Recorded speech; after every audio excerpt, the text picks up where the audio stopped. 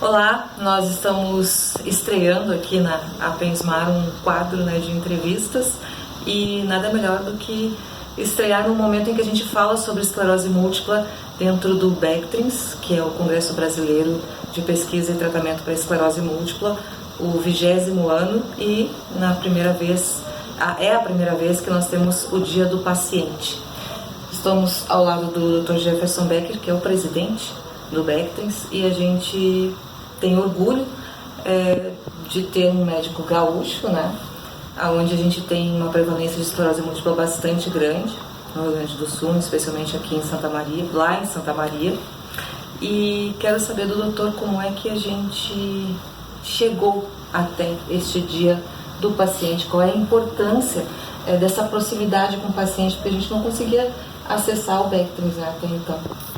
Eu acho que é fundamental essa conexão, Já tinha havido no passado, em eventos anteriores, algumas reuniões com pacientes, que depois, por algum motivo, provavelmente por essas dificuldades que a Anvisa também impõe de ter pacientes em congresso médico, isso acabou sendo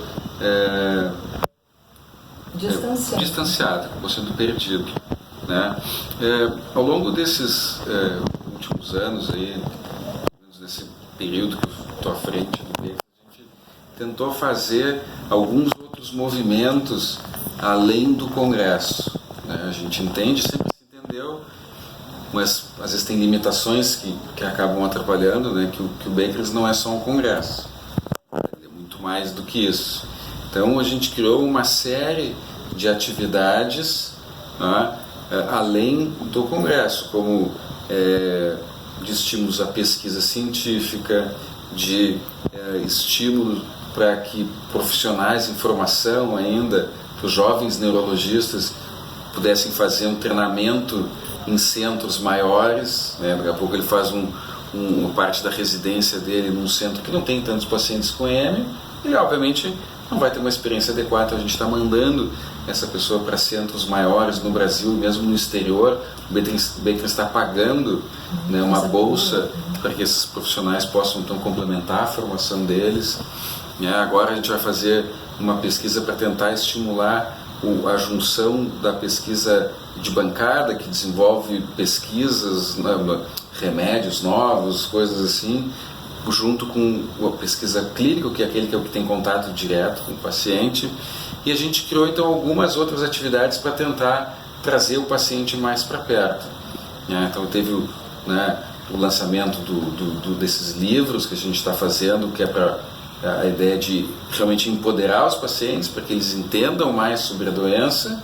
E aí se voltou com a ideia do Dia do Paciente, que é a gente poder trazer profissionais para aplicar um pouco da doença, trazer associações médicas para falar um pouco desse trabalho maravilhoso que vocês fazem, e aproximar os dois lados que são fundamentais nessa relação. Essa relação não é isolada, não pode ter só os médicos, não pode ter só os pacientes, porque no fim das contas todos estão trabalhando para a mesma coisa, para que os pacientes fiquem bem.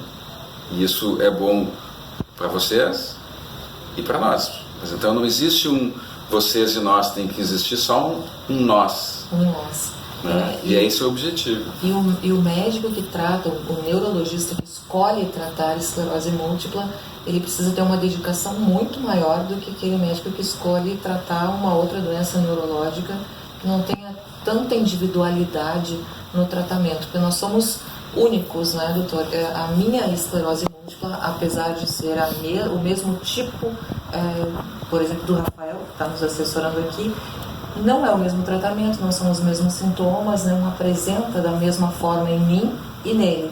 E o tratamento precisa ser diferenciado, Não tem dúvida. Isso é um empecilho por conta do PCDT.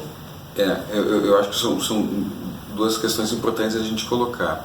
Uma, a questão dos neurologistas como um todo. Se a gente pegar a neurologia como um todo, a esclerose múltipla é uma área pequena, A maioria das doenças que a gente trata vão ser em nível de internação, o AVC, né? Em nível ambulatorial vai ser muito mais prevalente a dor de cabeça, a demência, o Parkinson, a epilepsia. Essas vão ser muito mais comuns do que... Não são raras como... Não são nem um pouco raras algumas delas, né? Então, a maioria dos neurologistas acabam tendo uma formação muito mais focada nessas áreas, não tanto na esclerose múltipla. Além disso, os tratamentos eles são muito diferentes e estão sendo cada vez mais acrescidos de terapias novas. O que quer dizer com isso? Que são muitas variáveis que têm que ser levadas em consideração. Então, aqueles médicos que acabam tendo poucos pacientes, eles acabam não ficando tão refinados, vamos dizer assim, né? E não faz parte do dia a dia. Porque não faz parte do dia a dia, porque no dia a dia dele ele está tratando todas essas coisas que são muito mais comuns e que vários deles até têm muito mais interesse, né? Então, é super importante que cada vez mais os especialistas tratem mais dessas suas sub-áreas. E na esclerose múltipla, talvez ainda mais por toda essa questão da individualidade, né? A gente não pode tratar a esclerose múltipla com a mesma receita de bolo. Eu posso tratar vários pacientes com epilepsia com receitas de bolo muito parecidas, né? Eu posso tratar pacientes com AVC exatamente com a mesma receita sempre, né? Mas a esclerose múltipla não.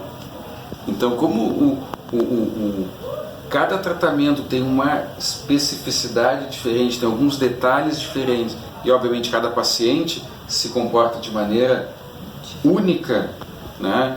A gente tem que estar atento a todos esses detalhes. Que tudo bem, dá para fazer, é óbvio, né? Mas eventualmente realmente precisa de uma especialização na área. Esse é o ideal. E é fundamental que, já que isso aqui está sendo falado para todos os pacientes, que os pacientes também entendam que ele é individual e que o tratamento dele deve ser focado para ele. Ah, mas a minha amiga lá da Apesmar não tem esse tratamento, usa aquele outro. Bom, eu acho que deve ser colocado, deve ser discutido com o médico, mas não necessariamente aquele tratamento vai funcionar bem no teu caso. Então a gente tem que levar todas essas individualidades em questão e, de novo, entender que não existe receita de bolo igual para todos. Se eu for naquele médico, aquele médico sempre oferece o mesmo tratamento para todo mundo, há uma chance grande de vários pacientes não estarem sendo beneficiados como eles deveriam. Não está sendo tratado de uma maneira correta. Mais adequada, pelo menos. Bom, a gente está dentro do agosto laranja e eu queria, para encerrar, que o senhor falasse um pouquinho sobre os sintomas de alerta e o que as pessoas que se deparam com algum sintoma desse tipo, que o senhor vai colocar, têm que fazer. Buscar um neurologista, buscar um clínico geral primeiramente, porque a gente sabe como na nossa cidade mesmo a dificuldade de se encontrar um neurologista no SUS. Em Santa Maria nós não temos. Então a gente precisa buscar outras formas de chegar até um especialista. Mas a primeira coisa é saber quais são esses sintomas de alerta. Ótimo. Isso é um negócio interessante. Se a gente falar com quase todo mundo e disser assim, eu estou com dor no peito, o que eu faço? Não, vai na emergência, porque tu pode estar infartando, vai agora, né? E isso já é bem aceito pela maioria da população. Eu estou com dor no peito, eu posso estar infartando, eu tenho que obrigatoriamente ir no hospital agora, porque daqui a pouco talvez não precise mais, né?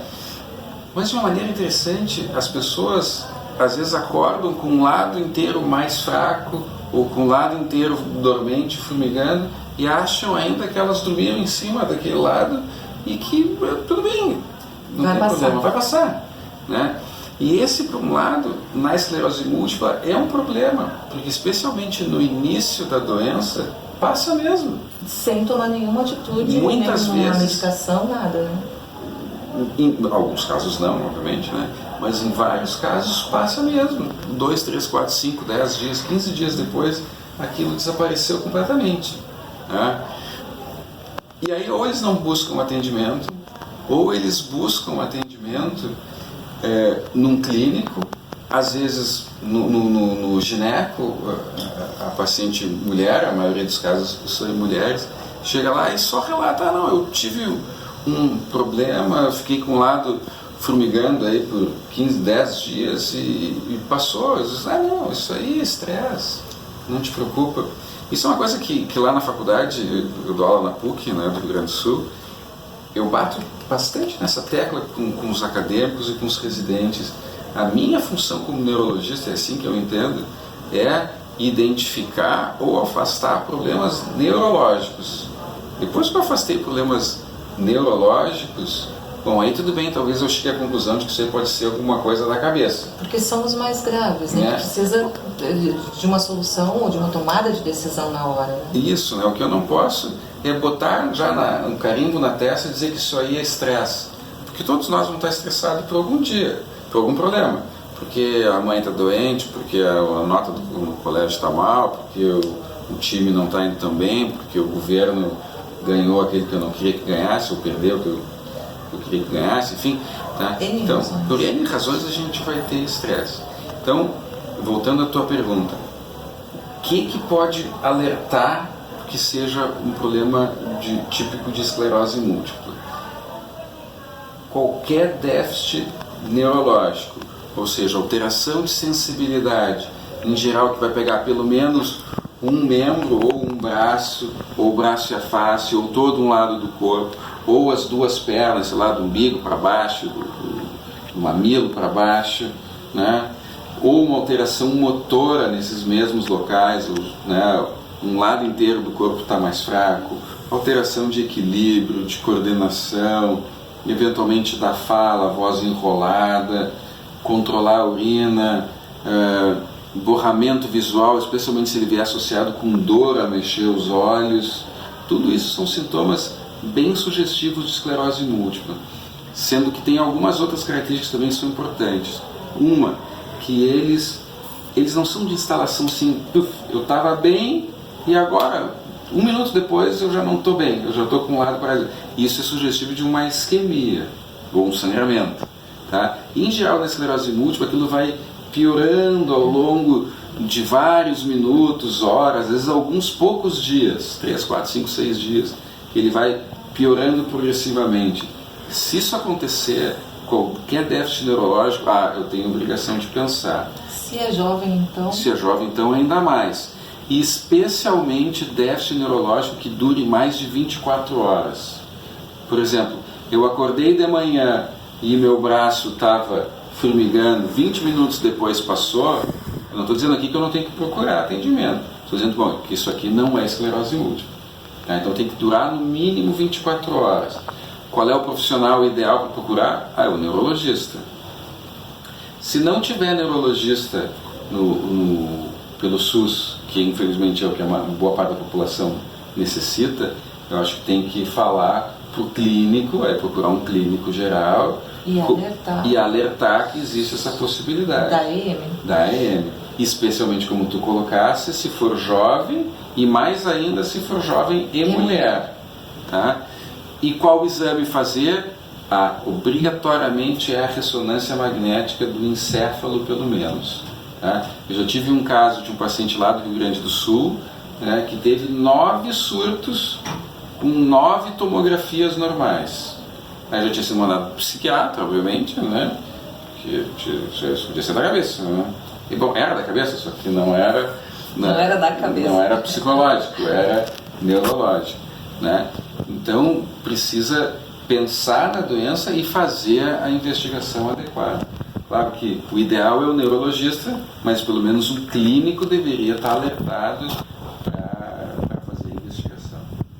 Bom, sucesso para o senhor, para o seu time. Amanhã começa o Leptins e espero que o ano que vem a gente possa estar do paciente, que é muito importante, e agradeço por ter tomado essa decisão dentro da sua gestão, né, de trazer o paciente mais para perto, né, desse mundo que a gente sempre teve curiosidade e ficava olhando de uma distância, assim, e agora a gente conseguiu chegar aqui e aproveitar tudo isso que essas aulas que nós tivemos hoje. Isso é muito importante, a gente replica isso, que é bastante importante. Obrigada. Eu que agradeço a vinda de vocês, de novo, essa união é absolutamente fundamental. A gente só vai ser forte, a gente só vai conseguir ajudar mais pessoas se a gente estiver junto.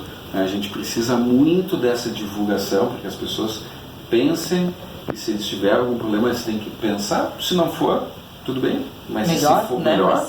Mas se for, que a gente comece a tratar o mais precoce possível. Eu entendo que essa junção é absolutamente fundamental, e a nossa ideia é que continue. A gente tem a ideia, sim, de no ano que vem fazer um novo Dia dos Pacientes.